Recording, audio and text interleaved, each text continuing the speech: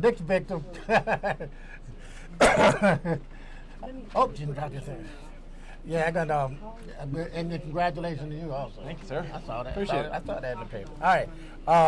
Now, what are we going to talk about today? You brought some notes here today. Some notes for myself, yeah. Okay. What do you think about the primary elections or the results from that? Well, I think I'm pretty excited about it. Okay. We now have a competitor to talk to. Okay. It's easier when you have one person to focus on and discuss issues, but that makes it exciting. So now I think everybody knows it's Todd Platts is my opponent in the election coming in November. Okay.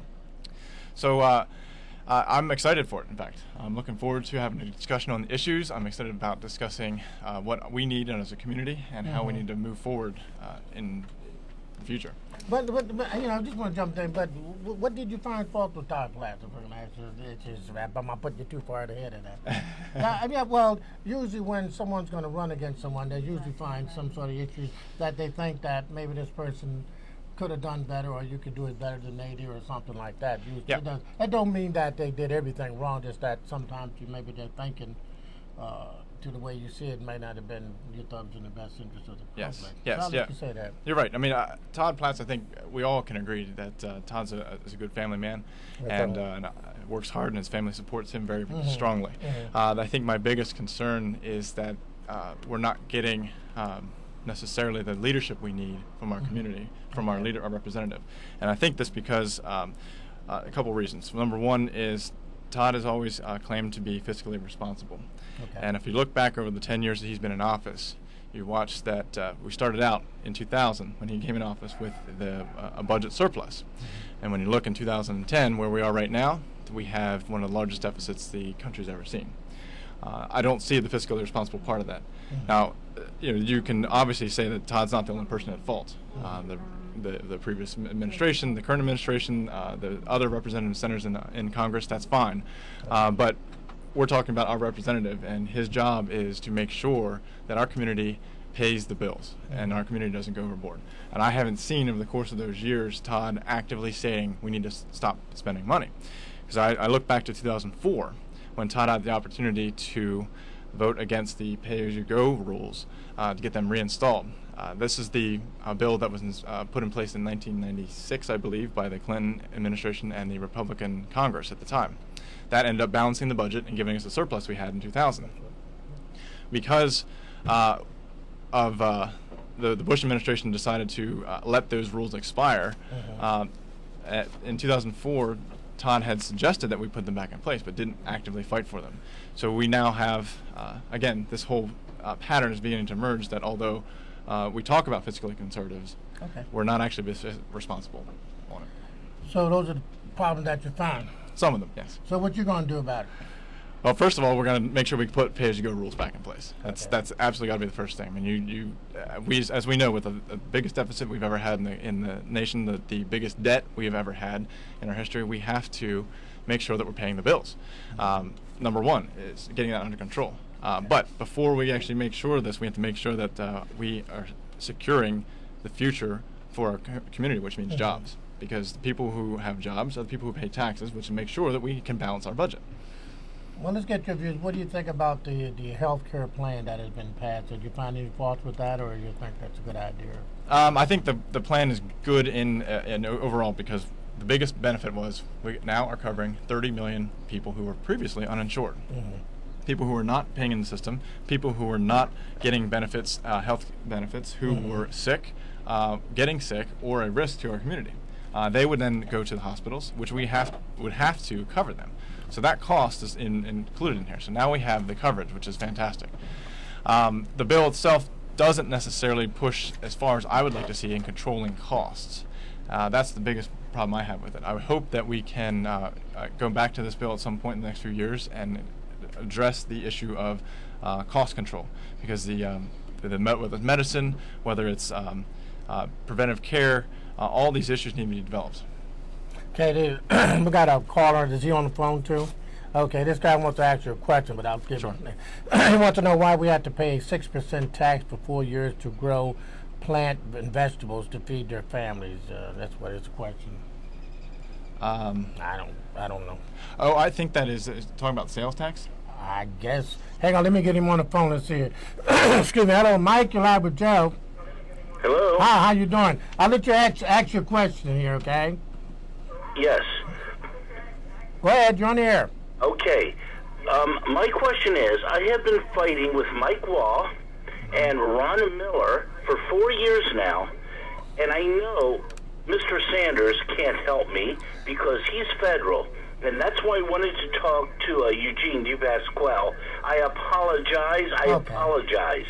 No However, problem. That's okay. I'll give Eugene a call for you. but anyhow, we have to pay 6% sales tax on food plants, tomato plants, broccoli plants, any food plants to help our families. Yeah, I think I remember when they was passed, there was something that was raising And money. it is, and according to Mike Wall, that's a tangible item. Well, yes, it is a tangible item, but so is a cucumber at the store, which I do not have to pay sales tax on. Yeah, because I know it usually was no tax on food. But on food plants, they're listed like as a geranium, a petunia. And that is wrong, wrong, wrong. These people are saying they want to help the taxpayers, and they are liars. They don't help us when they could review and, well, get rid of this tax on food plants. Okay, because when we feed our families. Okay, so your question is that there's a 6% sales tax for 4 years to grow and plant vegetables. Absolutely. Well, seeds or plants for food plants. Yeah. Well, they are acting like they are flower plants, and they're not. Mike, I think you have a good point here. I mean, this obviously is something as a federal candidate, I can't directly No, you can't. address. I know but you can. I'm sorry. I think what you're bringing up it brings up a picture across the board. What we need to be discussing when we're talking about taxes is the complexity of the system. And this is across the board, whether you're federal, state, local, along the lines. The biggest problem with our government these days, and probably one of the largest reasons that so many people hate our government, is the tax code. Absolutely. So we really need to have a conversation from top to bottom with Mike Wall, as well as with me, as well as with Todd Platts, as well as with your local representatives, on making sure. Well, Ron Miller and Mike Wall are my local representatives. Yeah, they are. This conversation has to be about simplifying the tax code. You know, there are so many rules, so many loopholes, and so many deductions that it opens up the door for corruption and opens the door for misuse of taxpayer money. What I'm going to do, I'm sorry to cut you off. No. What I'm going to do, I know, sir, what I'm going to try to do, if you just stay tuned in the future, I know I can't do it this moment, but I know you can't. I'm going to try to get Senator Mike Walk on the program. We'll try to get a hold of him and ask him. I would love for you to do that. I would do that. I'll see if I can get him in. Because for 4 years, I have been talking to Ron Miller and Mike Wall. Yeah. And nothing.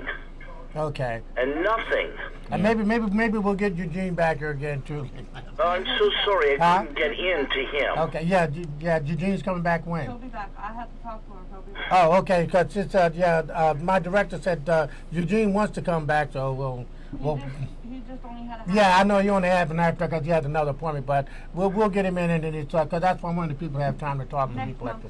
Okay. Okay, I'll do that for you. I don't want to put this on hot seat. No, I know you have other things to talk about. But I'm sorry. Yeah, no, it's a good issue though, Mike. We got carried away with the guy Keith down there in Florida. He brought us into the. I'm sorry about that. That's okay. You know, it's my pocketbook. Yeah, right.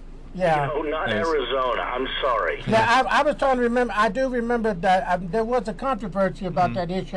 When you said it, I almost forgot it until you brought it up again. Yes, I've called you about this many times. Yes, you had. And it just gets like. I remember there was a big news article on the radio. It's lost in the rigmarole. Well, there was a lot of complaints. I know there was a lot of complaints from people about that issue. For some reason or other, we don't have to pay. We don't have to pay sales tax on food. But how are they doing that? Food plants, food seeds. We do. Okay, so in other words, if you go to the store and bought a plant for vegetables, you're going to pay a 6% sales tax on it. Yes, just like a geranium. Okay. Oh, okay. I followed you. But I was going to say, because if it's already grown in the store, I don't think you pay no tax on it if you already bought it. No, okay. No. Just to grow it now. Okay. No. All right. Well, we'll see what we can do about that. Get you and let you talk. Okay. And this is the